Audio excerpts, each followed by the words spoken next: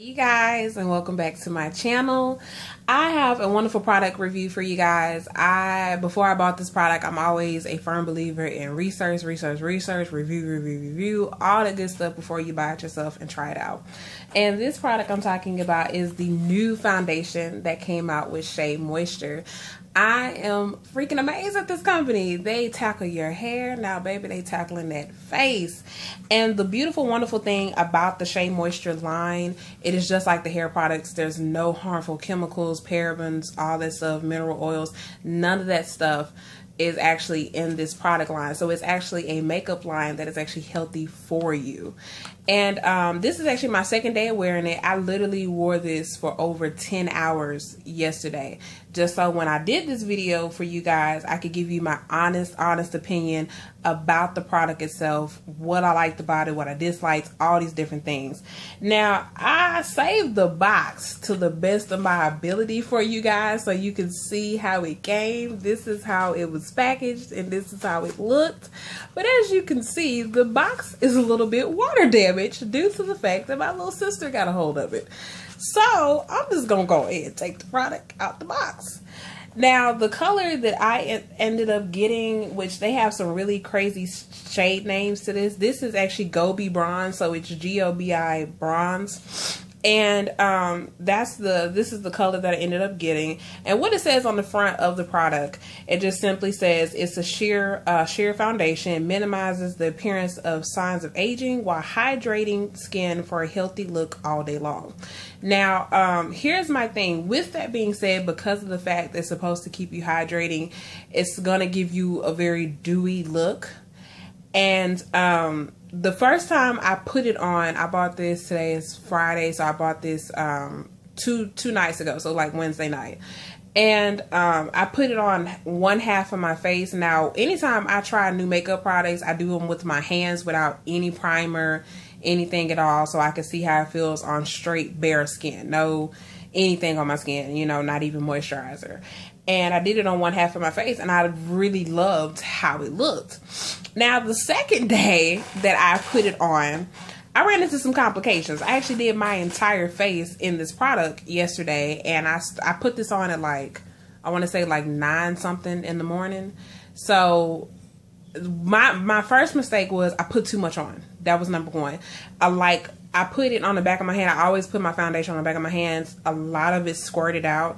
And what I'm realizing with this product, because it is supposed to be, you know, kind of like medium to full coverage, a little bit goes a long way. This is a buildable product. I will say this is very buildable to the coverage that you want. The only thing is, the more you use, the more dewy you're going to look, and more than likely you're going to have to do a lot more blotting. And I probably blotted about, I want to say 3 times yesterday. Yeah, I blotted about 3 times yesterday. And I also, I put it on yesterday specifically because I knew I had a lot of stuff to do yesterday. So I knew I was going to be sweating. I wanted to see how it handled with me sweating, all the rigorousness of, you know, me running about, doing makeup, all this stuff. So I wanted to see how it handled on my skin.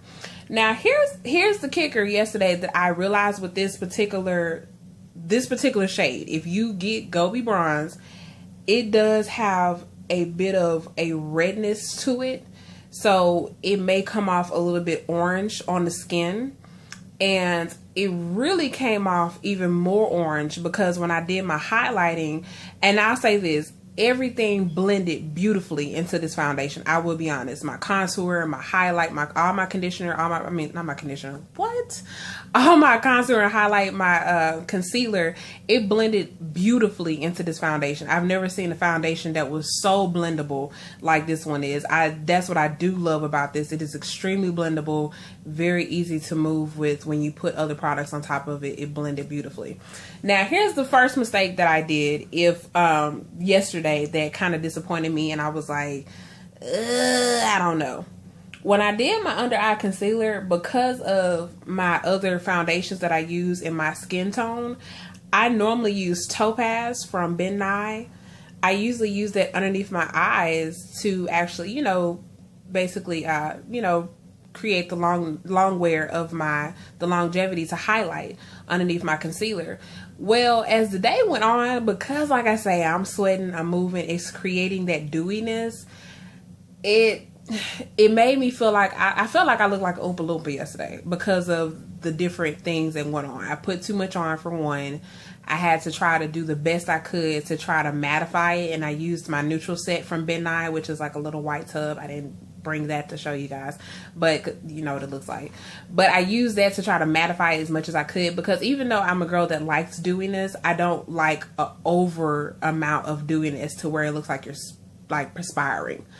And when I put this underneath, I was kind of disappointed because it looked really orange, because like I say, that foundation had a really red, let me not say all of it has a really red tone to it. This particular color has a very red tone to it. Like it's got a really red undertone to it.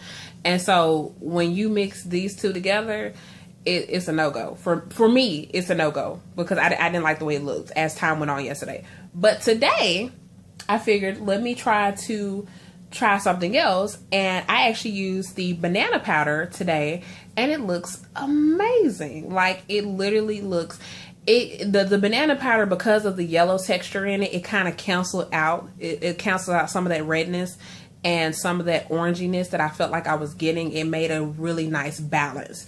So today, for this foundation, because I have it on right now, I used the banana powder. And the second thing I did, I normally use my cinnamon blush from NYX. It's in a little case. I usually use that on my cheeks because cinnamon is like a nice little coral color. It's kind of like an orangey coral color. And to me, of women of color, when you use like a coral or orangey color, it looks amazing on our skin. But again, when you add the fact that I had this foundation color, this here, and then that orangey color, it just, to me, made me just look completely orange and totally just orange altogether. And it was not a good looking orange at all, like a sun-kissed orange. No, I just looked straight up flat out Oompa Loompa orange to me. Nobody else noticed it, but of course when you do your own face and a makeup artist, you notice the other imperfections of stuff that you do to yourself before anybody else will. And so that was like, yesterday, that was the two things that kind of had me almost like, I don't know if I could rock this. But when I redid it today, I used a less amount, number one. I did still, set it with my neutral set from Ben Nye. And I also used my banana powder in my highlighting areas to basically set my concealer. And it looks totally different. I love the way it looks. It looks so good. Now, one thing I will say, it is very photogenic. I like this a lot. I took a picture of myself. There was no white cast, anything like that at all.